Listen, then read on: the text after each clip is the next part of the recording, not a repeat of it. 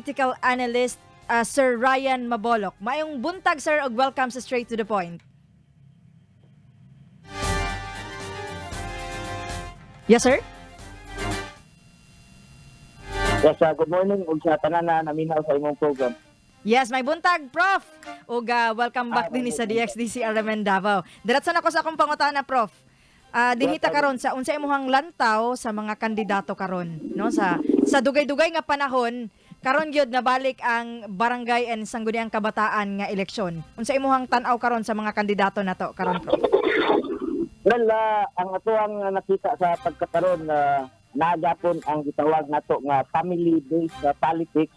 Ang gitanaw sa tao katong mga visible nga mga kandidato o labaw sa tanan katong mga kandidato ilahang gikonsidera nga ilahang mga higala kay kung mutanaw ta sa grassroots politics manggod yung grassroots politics ang nakabase kung sa to para kanila ang tao nga makit-ang turning tao na ilahang maduulan meaning to say katong tao na ilahang gikonsidera part sa ilahang sinabuhi nang different sa grassroots politics ug sa national politics gikan kay wala sila nagtanaw kung sa to ang bahi sa usa ka kandidato kung dili ilang gitanaw kung sa tong dulot sa bukog nga pwede ikatampo ikatabang sa usa ka kandidato nga na sila nga tagsa-tagsa kapanginahanglan sa inadlawad mo ay.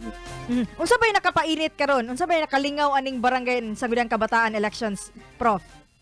Well, labaw na sa tuwang mga kabatanunan kay first time sila na immerse sa ginatawag nato nga youth politics. Although maayo na adunay anti-dynasty component kining sa duniyang kabataan kung imikan sa mga opisyal na naglingkod sa barangay dili man sila mudagan ang ilahang mga kaparyentihan nga nasa SC. So kana siya it is a good training ground para sa tuang mga sangguniang kabataan. Although nagapon diha ang aspeto kung asa gamit sa tuang mga opisyal usahay ang ilahang influence para kung unsa to ilahang mga katuyuan mapurso labaw na ang atuang mga opisyal nga lokal hindi kan kay kana natural lamang usahay kung mo taga-tan-awon hindi kan kay ang atuang mga local officials na man pod rooted o grounded ang ilahang mga pagkamtamo programa sa barangay. So meaning to say dako ang advantage sa usa ka incumbent nga barangay official kumikan kay naghukup siya og influensya in terms sa pagpadagan sa mga programa na dunay impact o epekto sa kabuhi sa tao. I mean. Sa imong tan-aw, Prof, mapalit pa ba ang mga boto karon sa atong mga botante? Nakapagay madani ani kung naitunol sa ilaha? Ang panahon sa Amy, actually naimong medyo sophisticated na o dapat pusyo sa mga tao gumikan kay anaatay mga opisyal sa barangay na kung asa ginalista nila o ginapromisar nila nga dunay mahatag nga ayuda, dunay mahatag nga supad, although wala pa sini o kaya gidili pa sa pagkakaroon o kana ginagamit nila pa para ma-influence ang pagboto sa usap ka electorate. So kanang butanga ginahanglan na pusyo sa atong electorate sila nga sasan jud og hunaon sa makadaghan kung ngayon ba ang kandidato dili lang sila mulantaw nga na sa mga expectations kay kaning mga programa natural lang madawat sa katawan gumikan kay ilapod kining entitlement isip sa citizens sa tuwang estado.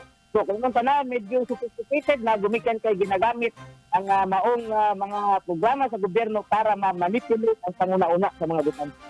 Prof, since it's manual no, dili pareho sa national elections nga automated unsay assurance no sa pila ka tuig natong pagsubaybay, pagtutok aning eleksyon, naagid ba tong assurance of accurate, secure and clean elections kung barangay atong isgutan? Well, di man nato masulting foolproof gani ang ginatawag nato nga automated system o of course prone to error ang kaning manual nga counting of votes. Pero kana siya minimal lang ug wala may kapasidad vote ang mga opisyal sa barangay na mubuhat og mga machinations para mausab dun sa resulta sa maong eleksyon.